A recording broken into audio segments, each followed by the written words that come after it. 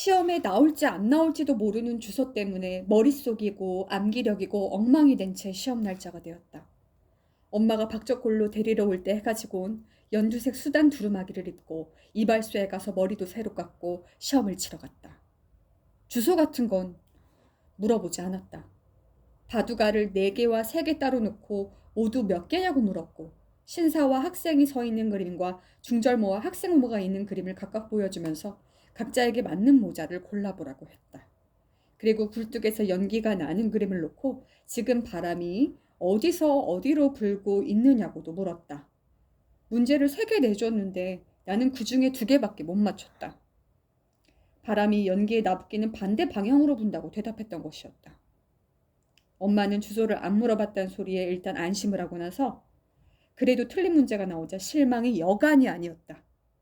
그 자리에서 떨어졌다고 단정을 했으면 그만이지. 바람에 나붓기는 머리카락, 두루마기 자락, 운동장 깃대맨 꼭대기에 꽂힌 일본 국기 등을 맹렬하게 손가락질하며 시방 바람이 어디로 부냐? 응? 어디로 불어? 시상이 그것도 모르다니 떨어져 싸도 싸! 이러면서 분해했다.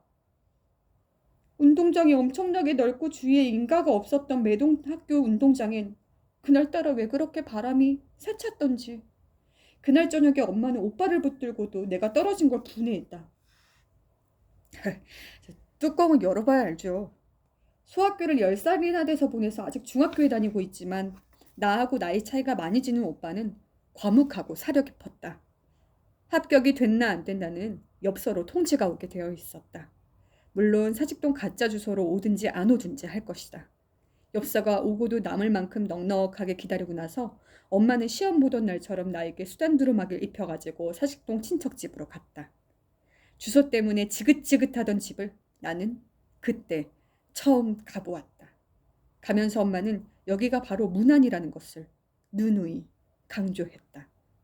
과연 현조동보다 훨씬 정돈되고 아늑한 동네였다.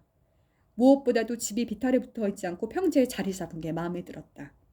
친척집은 길게 바깥채가 길로면에 있고 안채는 중문이 따로 있었다. 바깥채도 기와집이긴 한데 시골집의 사랑채하고는 딴판이었다.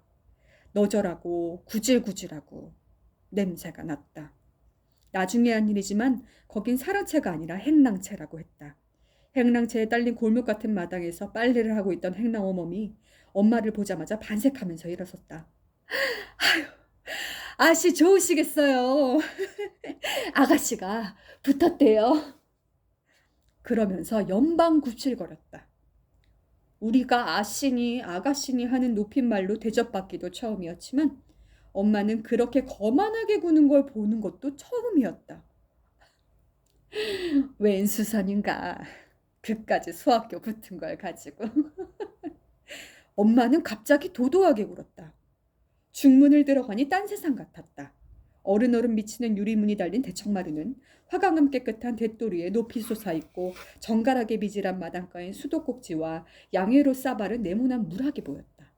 물통을 들고 따라 들어온 행랑어멈이 물학에서 넘치는 물을 길어 담았다. 물이 콸콸 나오는 수도꼭지가 제일 신기하고 부러웠다. 현조동엔 수도 없는 집이 없었다. 있는 집이 없었다. 집집마다 물을 사 먹거나 길어다 먹거나 했다. 그 높은 층층다림이 평지에 있는 공동수도에는 언제나 2개씩 짝을 지은 물통행렬이 끝도 없이 줄을 서 있곤 했다.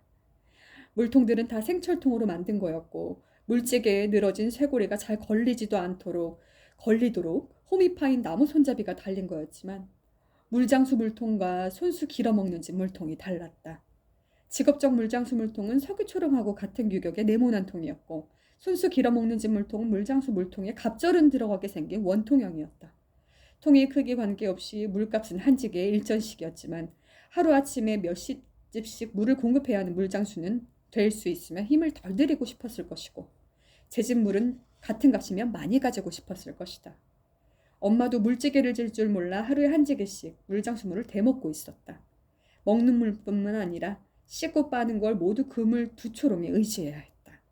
서울 오고 나서 달포 남짓 동안에 새빵살이 법도 다음으로 많이 들은 잔소리가 바로 물을 아껴 쓰는 법이었다.